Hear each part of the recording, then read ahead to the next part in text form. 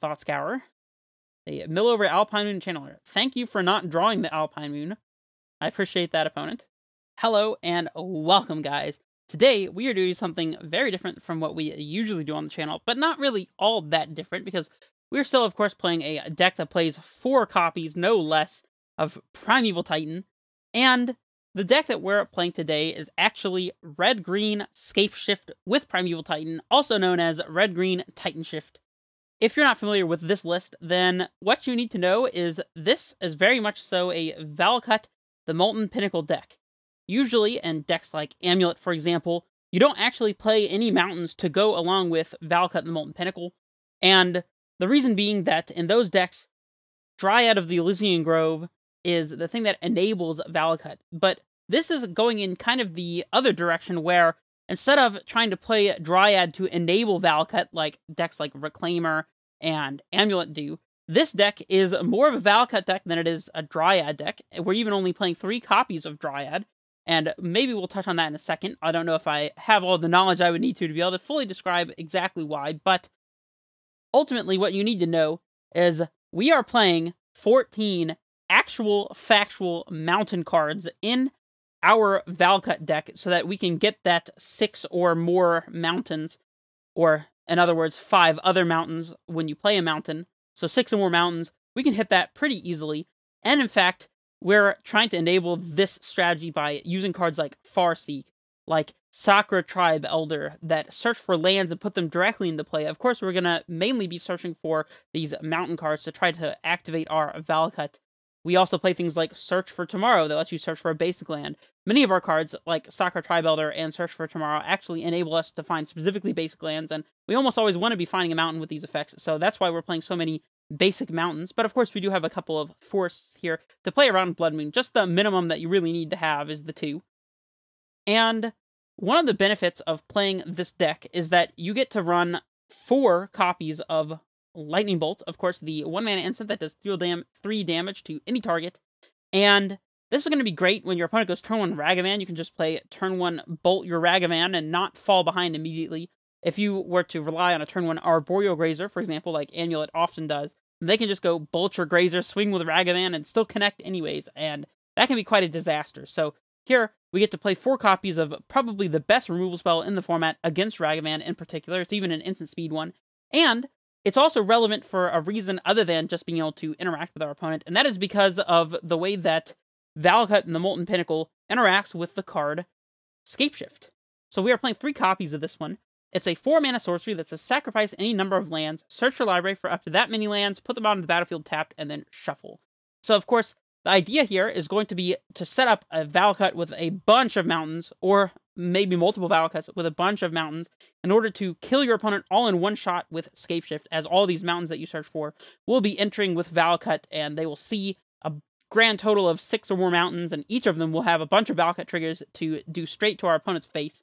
So for example, if you sacrifice 7 lands and search for Valakut and 6 mountains, then you'll be doing 18 damage total. 6 mountains times 1 Valakut is a total of 6 triggers. Each trigger does 3 damage. That's 18 damage. So, of course, if your opponent starts at 20 and their life total doesn't change, say we don't get to hit them with a Dryad or a Sakura Tribe Elder a couple times before we get to the Scapeshift, then Lightning Bolt can serve as a way to bring our opponent down to 17 life, which is effectively lethal if we get to Scapeshift the mountains into play, and on 7 lands, that is a very common, very reasonable pattern. Of course, once you hit 8 lands, you can get double Valakut and 6 mountains, and then you'll be doing 12 triggers, which is 36 damage, so that's the difference between having a Scapeshift on one turn or the next, though. So being able to put our opponent down to 18 or less in order to kill them on 7 lands can be quite relevant, as hopefully we'll see in the match. But of course, in addition to playing these Scapeshifts, we are only playing 3, in fact. We are playing 4 copies of Primeval Titan and 2 Summoners Packs to go along. These are mainly to find things like Primeval Titan or Sakura Tribe Elder for some ramp. You could also search for a Dryad, but Dryad kind of plays into removal in a way that the deck doesn't usually otherwise do. If your opponent kills your Dryad, then if you're relying on it to hit all the mountains for your Valakut, all your triggers just fizzle and do nothing, so Dryad is a bit of a slower card here. We're not recurring bounce lands with it, with Amulet along those lines. So Dryad is not quite as strong here. And in fact, it can be a liability at times. So mainly our Summoners packs are going to be going for a Titan and Tri-Belder here. But of course, Primeval Titan entering the battlefield and attacking in order to search for up to 2 land cards. Almost always these are going to be Valcuts and Mountains and some mix of the two. So we can play a Titan, get double Valcut, attack with a Titan the turn after, and immediately get 2 Mountains and do a ton of damage to our opponent, hopefully. And that's kind of the idea, is that if we can't Titan our opponent, we can just scapeshift them and do lethal all in one go. And that's kind of the deck. We have a bit of additional threat in Tireless Tracker, just so that we have something extra to do, a way to draw some cards, hopefully find that scapeshift. We have 1 mainboard Engineered Explosives, and this is specifically against all the aggressive Death Shadow and the various types of, like, Hammer Time type opponents, you know, Hardened Scales. There's all kinds of random, weird, one-drop things that Explosives is really, really good against. Prowess, for example, if your opponent's playing Swift Spear and Soulscar Mage in their deck, Explosives is going to be good there, so it's just very well positioned. We also have 1 copy of Relic of Progenitus in the main board. At the worst case scenario, we're going to be playing this on 1 and then paying 1 to cycle it and have a small bit of a graveyard interacting effect, but mainly just for that cycle. And in the matchups where Relic is really good, we'll be able to turn off our opponent's Dragon's Rage Channelers, we'll be able to interact with their Living End, we'll be able to do all kinds of interesting things with Relic, and so that's the idea behind these 2 mainboard inclusions. And of course, having them in the main does give us some more room in the sideboard, so let's take a look at what is in the sideboard here. The first thing that we see is a Blast Zone. This will help us interact, again, in a very similar way that Engineered Explosives does. It'll let us kill various random one-drop things, put it on 1 against our opponents who have lock pieces like Alpine Moon in play, for example, interact with their board. We got 1 of those. We got a couple more relics for the graveyard matchups, mainly. We got 3 Veil of Summer, one that is not seen as much in Amulet, but is extremely staple, I would say, in the sideboard of the TitanShift deck, because we're trying to ramp anyways. We're going to have a lot of extra mana lying around on occasion. Veil of Summer will help us stop our opponent's discard spells from hurting us pretty badly, and it'll also let us play around counter magic, something that TitanShift doesn't do quite as well as perhaps a deck like Amulet might. So Veil of Summer is really nice against those control and discardy type opponents. It's also good against various land hate effects like Fulminator Mage, for example. Veil of Summer can interact there. It can cut off an opponent's grief, trying to make us discard a card against things like elementals. So I could see Veil of Summer being useful in some other matchups as well. We are playing 1 copy of Run Afoul to make an opponent sacrifice a creature with flying. This will be good against specifically the Murktide and, you know, Stormwing Entity type strategies. Those can be a bit problematic for this deck, as they have Disruption backed by a very strong clock, and if we can get their big flying creature out of play, then that might buy us enough time to top deck the Titan or Scapeshift that we need to resolve in order to win the game, especially when backed up by a Veil of Summer. So we do have 1 Run Afoul. We have a second tracker for grindier matchups where we just want to draw all the cards and try to outpace our opponent just by raw card quantity. And it also helps us play around surgical extraction effects, hitting either Valakut in the Molten Pinnacle or Primeval Titan, of course. We play 2 copies of the card Broken Wings. Maybe not one that is seen super common in, I would say, non-ramp decks. Broken Wings is a 3-mana instant to destroy an artifact, enchantment, or creature with flying. So, of course, priority number 1 with a card like this is hitting random annoying enchantments like Blood Moon, things like Ensnaring Bridge, various annoying hate pieces that we need to be able to answer, especially Blood Moon, as Blood Moon shuts down our Valakut plan and makes it very difficult to cast our spells. We have to preemptively set up 2 basic force, even just to cast our Wincon, which is a Primeval Titan, of course, in that case. So Blood Moon itself can be a very big problem, but it'll also hit a bunch of random other things, and it has the bonus of hitting a creature with flying. Things like Murktide Regent, again, anything with flying that could be very annoying. Murktide Regent, you know, Sprite Dragon, Stormwing Entity, these are the main targets, but of course this is also just a good card to bring in against Blood Moon strategies. We do, speaking of Blood Moon strategies, play 2 copies of Force of Vigor. This is not going to be one that should be new to any of you guys if you follow my content, but of course, a free way to get rid of Blood Moons and the like, and interact with your opponent's sagas and all kinds of stuff. Force of Vigor is very good right now. 2 more explosives for those very aggressive, fast, 1-drop matchups, and 1 cheeky little copy of Kozilek, Butcher of Truth, the 10-mana 12/12 that draws 4 cards on cast. That part is not counterable. It's a 12/12 creature, of course, with Annihilator 4, making them sack 4 permanents when it attacks, and The kicker is, whenever it's put into a graveyard from anywhere, its owner shuffles their graveyard into their library. So we can play this as a long game tool against very long game oriented control decks, where just drawing 4 cards on the cast is already very good, and then having a giant creature like this to force them to answer it, and then it'll shuffle back in, and eventually we can redraw it and just keep doing that. That's a bit of a plan against the control strategies, but of course this is going to be an option for us against Mill.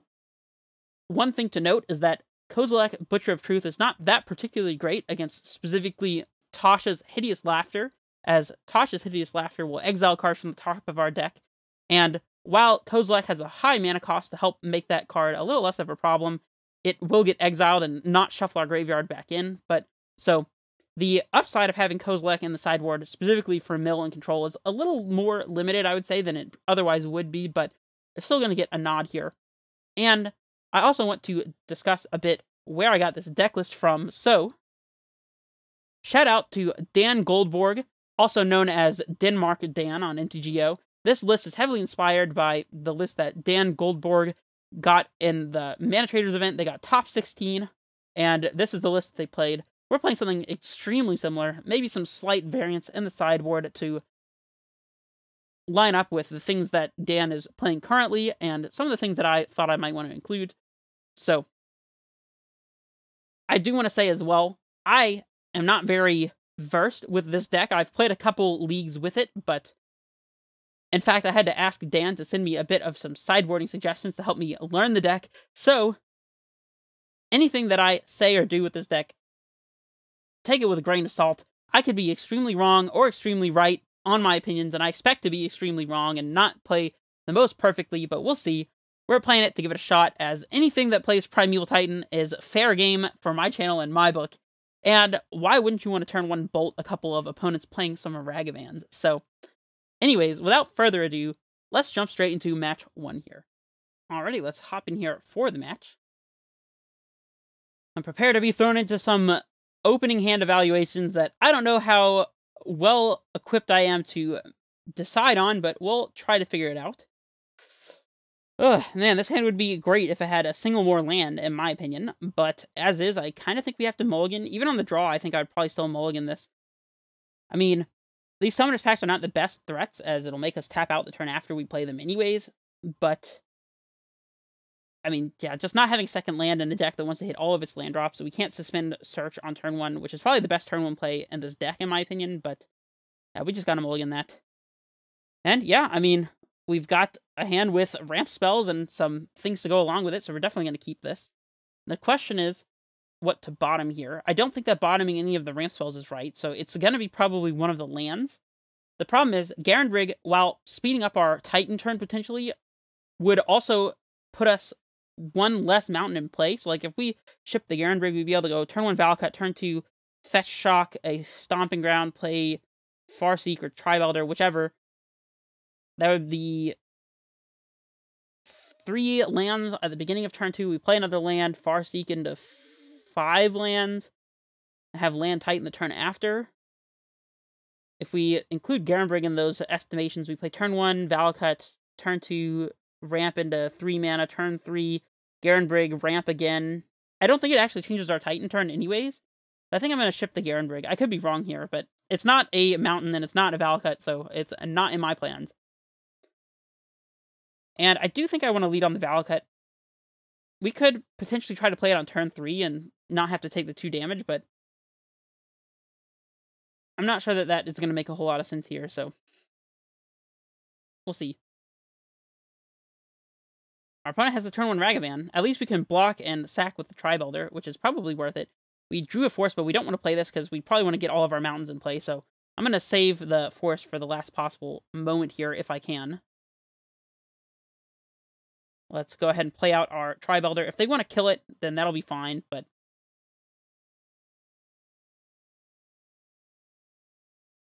I mean, that'll let them get in with a Ragavan, but even if they try to kill it, we'll just sack in response. So otherwise, it's just stopping our opponent from getting an extra clue here and potentially an extra card if they wanted to play something.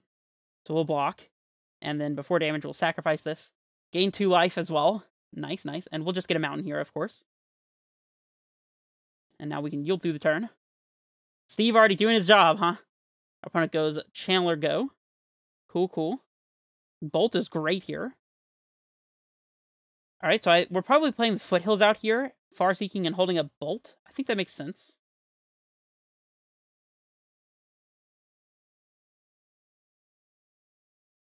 I guess our opponent could spell pierce this. Do we pay for the spell pierce? No, they are not spell piercing it, so never mind. We could even cast second Farseek here. I almost said spell pierce. We could cast second Farseek here. What does that do? It lets us scapeshift next turn if we draw it. Our opponent's at 19 though, so it wouldn't even be lethal. We'd be taking damage from the Ragavan as well, which I do not love. Force of negation the Farseek, really? Okay. Yeah, that's fine. What do they exile? Murktide Regent. I'm gonna be honest, I feel like that's a great trade for us, but... And the question is, are we bolting or Farseeking? I think we're bolting. I don't see a particular reason to rush on this Farseek, so... if we bolt now, it doesn't play around them having a second Ragavan. But if we don't bolt now, we're playing into either a counterspell or something like that. Some of these lists aren't even playing 4 Ragavans, either for budget reasons or because drawing the second one is extremely bad if the first one survives. So I'm just going to go ahead and bolt now and try to play around the counterspell instead. These channelers, this channeler might kill us, but I'm not worried about it. Hopefully we'll kill them or the channeler before... I said yield to instep. I don't know why I didn't. Hopefully we'll be able to kill them or the channeler before it kills us. So a 3/3 flyer it's a clock, but I think we could deal with that clock. We also could fetch on instep for a mountain here, like a stomping ground, so we wouldn't have to take the damage. I'm not sure that I'm inclined to do that, though. If we can top deck a couple of mountains, not like that would be great, but if we do top deck a couple of mountains, then being able to fetch out a mountain when we want to get a Valcut trigger might be better than just having a fetch in play. And the effect of fetching here to try to draw an additional threat or something is very minimal, so I'm not really inclined to fetch here. Explore. Well, I mean, I guess we'll start on that one. I mean, neither of these are mountains, which is pretty tragic, actually, but yeah. And I don't see a reason not to Farseek now, so I'm just going to do it. Is there a possibility we're cycling a Triome or a Sheltered Thicket? I think if we draw one of those, we might actually just cycle it, so I'm going to try to keep those in deck. And instead, I'll go for a Stomping Ground, because we would rather not have to pay 2 life if we need to use the Stomping Ground, so I'm going to pass back. And I think at this point, we probably are fetching on instep. Taking 6 damage here is, it's a chunk. We go to 7.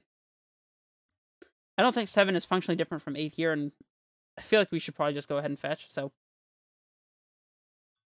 And we'll go for the Stomping Ground again. Same reasoning as before.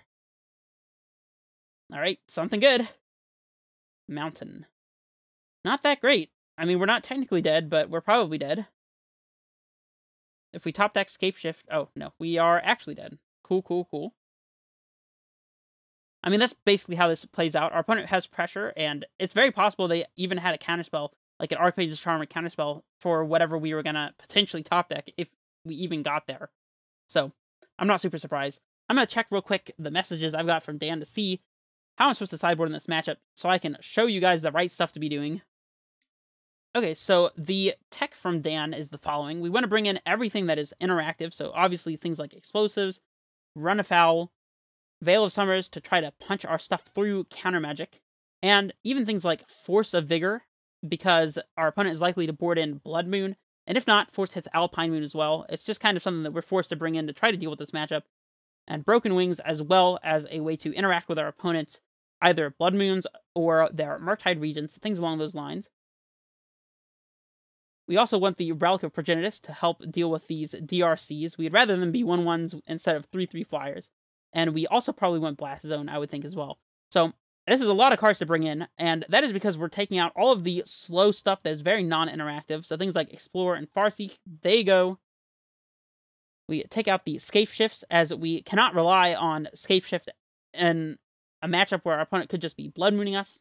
We take out a couple of Dryads, as they are otherwise weak to Unholy Heat anyways. And that's as far as the sideboarding guide gets me at the moment. So, I'm just going to wing it. I think that Tireless Tracker is not strong here, as, again, it's just going to die to Unholy Heat or Bolt or something along those lines. So, don't think that's really where we want to be. I don't mind having one Dryad to Summoner's Pact for, so that's probably fine. Bolts are great. Search is probably fine. I'm not convinced that we need a whole lot of Veil of Summers here, so... I mean, just for counter magic is not really the greatest reason to be bringing in Veil, as if we get stuck with it in hand and are just dying on board, Veil is not going to help us very much, so I think just having a few to punch through is going to be fine. Gotta cut one more card. I guess it's just a Search for tomorrow. I don't love it, but... sure. I could even see cutting a Summoner's Pact, as it's kind of weak to Force of Negation and that kind of thing, and makes us tap out the turn after. I don't think that tapping out the turn after is going to be that super relevant, but... alright. I mean, we have lots of interaction. We have a turn 1 Search for tomorrow, so I'm absolutely keeping this. And I think we are going to Shock just to suspend, because we're going to have other things to do with our mana, hopefully, so... like, we can Shock, suspend, Search. Turn 2, play Valakut, Bolt something. Turn 3, hopefully we'll have a Ramp spell or something by then. We'll say yes to this. I think it's probably right to suspend here, so... just fits best with our sequencing. We could have tried to plan to play Search outright on turn 3, but I don't know. I think the mana efficiency might matter, so... especially if we top deck like a Relic or something that we want to use our mana for. Are we going to want to Bolt this DRC? That's a difficult question to answer. I feel like Ragavan really is public enemy number 1 in this type of matchup. Oh, well, we have a second Bolt, so yeah. I'm just going to go ahead and... I guess we could pass, and if they dash in a Ragavan, bolt the Ragavan, but otherwise just bolt the Channeler. But if they untap and play a couple of non-creature spells and get some Scry action or whatever, Surveil action out of the DRC, we're going to be a little annoyed, but I mean, we have Relics in deck, we have a second Bolt. It's not like it'll grow it out of Bolt range, so I'm willing to play around the Ragavan dash here. I think it could be potentially problematic, so... could be wrong. Okay, they're just casting Ragavan, not dashing it. That's interesting. I guess we're playing into Spell Pierce by doing this. Alright, I think we're just going to take the 1 here and bolt the Ragavan on instep to see what happens. I think, like I said, the Ragavan's far more important. Like, we'll eventually die to this Channeler, but them ramping with Ragavan means we'll never be able to resolve what we want to. So, like, they'll be able to commit their threats. They'll have extra things to cast from our deck. All kinds of nasty stuff that we don't really want happening, so... we'll go ahead and cast this. I guess we could even pop Blast Zone this turn. I totally forgot that Search was coming off Suspend. Maybe that would have been better. To just play Blast Zone and plan to blow it up. Are they Spell Piercing this? Yeah, if they're Spell Piercing this... oh, Thought Scour. Okay. I was going to say, if they're Spell Piercing this, I feel very good about this turn.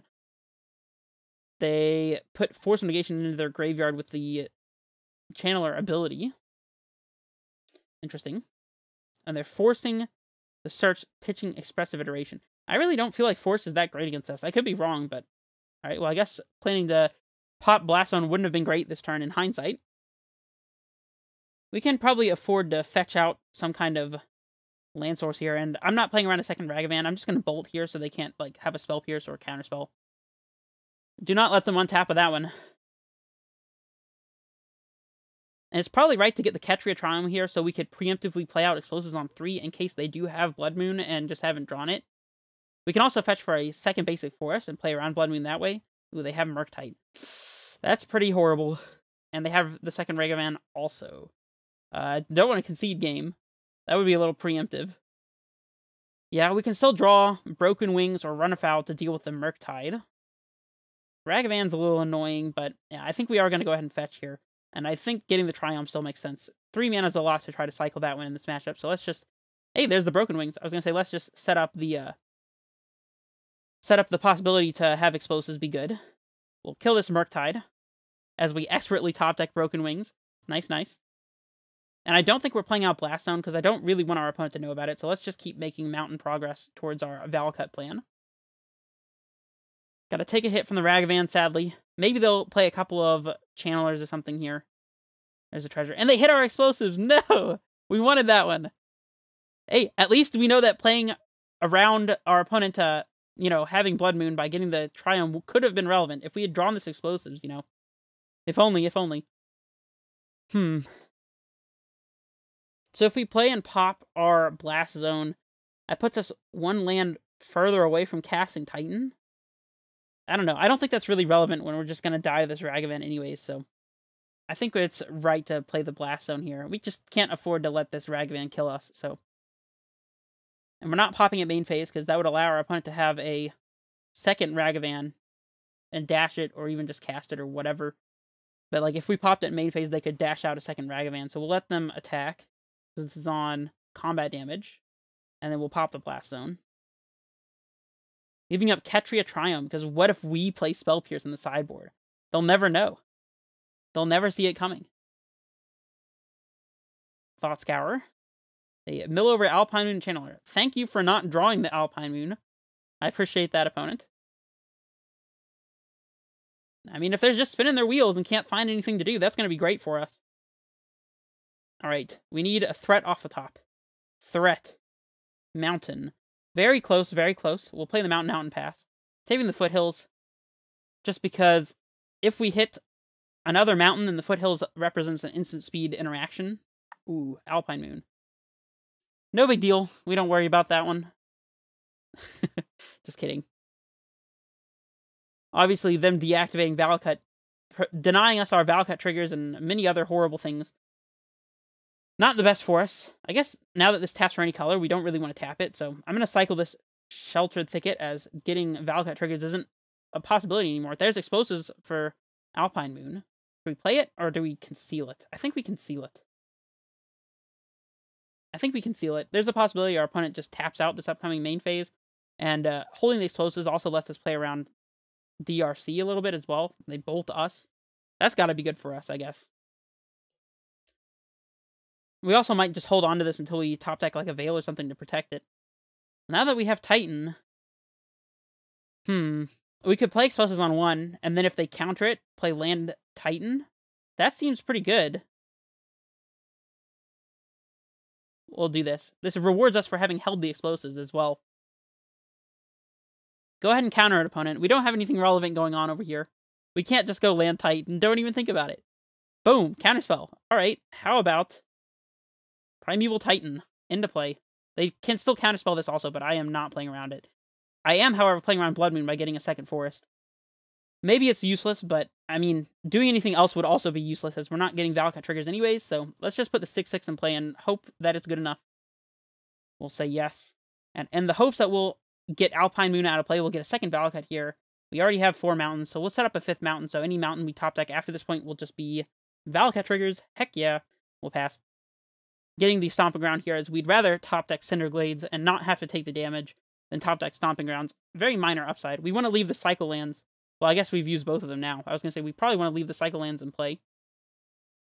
Bolt, Snap Bolt. I was not expecting this to be a Snapcaster deck. That I can say for sure. Well. Foothills. Well, we'll play that one and pass. And again, I don't really want to fetch it, because if we top deck Force of Vigor to kill the Alpine Moon, this represents instant speed interaction, so. Like, the benefit of getting 1 card out of 39 is so small that just having the option to interact with us with this Wood Foothills is probably just much stronger, I would think. Okay, even Relic would be a good top deck here. Run afoul. I mean, that one does deal with our opponent's Dragon's Rage Channeler. I'm going to pass here and hope that they sack their Islet, in which case they'll only have 1 mana to interact with this Run afoul. I guess we might need to do this on upkeep. If they didn't, they do. Alright, now we'll run afoul. You sacrifice a flyer. It's a demand, not a request. Alright, and we'll pass. They could just draw a Murktide here, and that would be way worse for us than a Dragon's Rage Channeler. But admittedly, they're going to sack Channeler anyways, so no point in waiting for the run afoul. I don't know, things are looking kind of rough here. I guess explosives could still be good. There's explosives. I mean, that's one of our ways of... And hey, we even have the fetch land for interaction here, so let's just pray that our explosives resolves.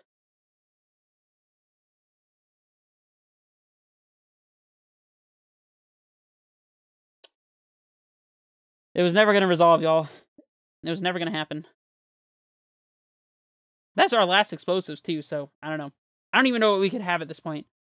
We would have to be able to both get the Alpine Moon out of play and play a big thing, so I think we're just dead.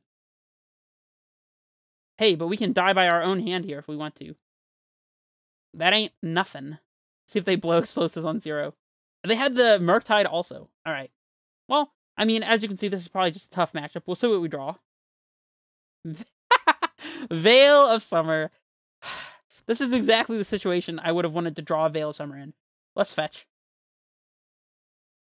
Well, our opponent got us with the aggressive beats and disruption. The Alpine Moons were very timely and very good, so that's just kind of the matchup. I feel like that's going to be a rough matchup regardless. And I do feel like we had a decent chance.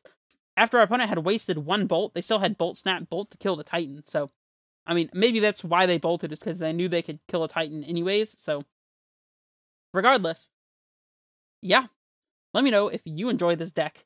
I still enjoy this deck. I definitely have been for the last couple of leagues that I've been playing in. And let me know if you saw any play errors. If you are a TitanShift player, let me know what I could have been doing differently. And I don't really have much else to say. This is Red Face Menace, signing off.